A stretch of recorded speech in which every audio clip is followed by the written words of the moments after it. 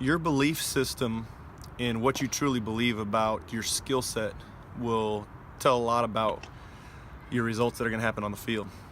Welcome to Silva.com. Once again, this episode is sponsored by Baseballism. Check out baseballism.com. Go check out their stuff. Put in Baseball Truth as your code and you get 15% off, so make sure you check that out. So this week's episode is something that I deal with on a regular basis. I call it the belief system.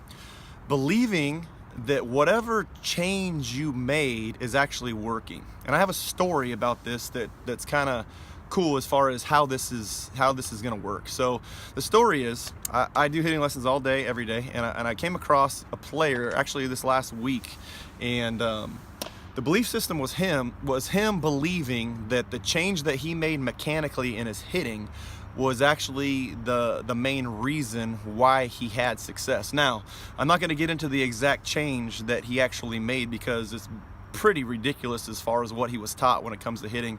The mechanical stuff that he was taught was not taught by anything or anybody I've ever heard before.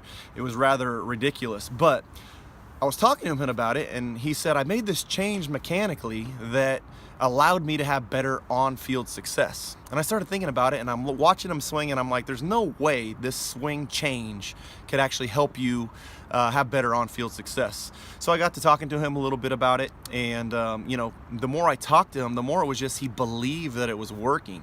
And I got to the point where I'm like, do you think it was actually the change itself that actually helped you, or was it the belief in yourself that it actually worked that was actually helping? And he got to thinking a little bit, and he's like, I think you're right. I said, because what you were taught definitely isn't something that's taught at any level. I've never heard it before. I said, but it was a trick to your brain to believe that it was actually working. So he got to thinking about it. He's like, you're 100% right. And then I got to thinking about it, and I'm like, that's exactly how hitting works. Hitting is all about, do you truly believe that what you're doing is working, and do you truly believe that it's going to work consistently? Because every hitter everywhere, all across the country, doesn't matter if you're boy, girl, fast pitch, baseball, big leagues, it doesn't matter. Everybody does something that works for them, not just mechanically, but mentally as well. If you don't believe me, go watch a big league game. You got old school guys like Kevin Youkilis with their hands separated on the bat, doing that. Is like something you would ever teach somebody? No. You got guys that put their bat flat, load up. You got wide, you got tall, you got big, huge leg kicks, you got no stride. There's so many different ways to get hitting done, and I think the one common thing is they truly believe that it works. And then not only truly believing that it works, but they've had success in doing it. So what I want you guys to understand this week is, if you do something a little odd, if you do something a little weird, if your swing's not ideally perfect, but you're successful, then stick with it and don't change it, because the success is the most important thing. The on-field performance is the most important thing. Today, I think too many kids try to do it somebody else's way, or they go get paid instruction by someone that's not bad instruction, but they end up changing what works for them and what makes them good, and they actually end up getting worse. I see it all the time. I see kids go hit with somebody, and then they come back and they go, I did this change and it just didn't work. And I think that it's not necessarily the change itself, it's just the belief in the change not working is the thing. So what I want you guys to do, this is for coaches and for parents and for players, what I want you to do is understand, you have to believe in what you're doing.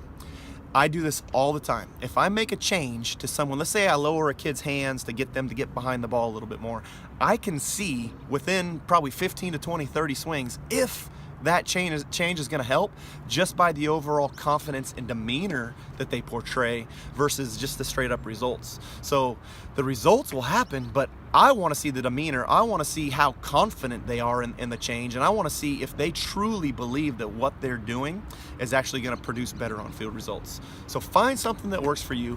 Don't think so in the box. Think outside of the box a little bit to do what works for you. If you want your hands high and you load down, do it. If you want wide feet and no stride, do it. If you want a big, huge leg kick, do it, as long as it works. So just be aware, though. Some of the stuff that's actually taught out there isn't necessarily correct, and you got to be careful with what you're being taught. But at the same time, you have to understand that if it works for you, then do it. And going back to the story with the kids, so I talked to him a little bit, and I was like, man, okay, and I was asking him questions like, okay, so what'd you change, what'd you do? And again, I'm not going to get into exactly what it was, but he truly believed that the change works. But then I had to ask him this too as well. I had to ask him, okay, was it the change that worked, or were you, what kind of pitching were you facing? Were you facing like legit pitching? And he had to start to thinking about it, and he's like, no, man, I was facing like kids that were not very good, like 2 or 3 years younger than me, but I can hit. And I'm like, does that have anything to do with you making the change, or can you just hit? Because that's another part of this topic too, is if you can hit, you can do it multiple different ways. If I can hit, I can put my hands really high and load big and hit, or I can just take a small load and hit. I can put my hands low, I can do different things. The hitters hit, and we can't be so quick to just make a change just because it doesn't look a certain way. So he got to thinking too, he was like, yeah, man, I wasn't facing very good pitching. And I'm like, think about it.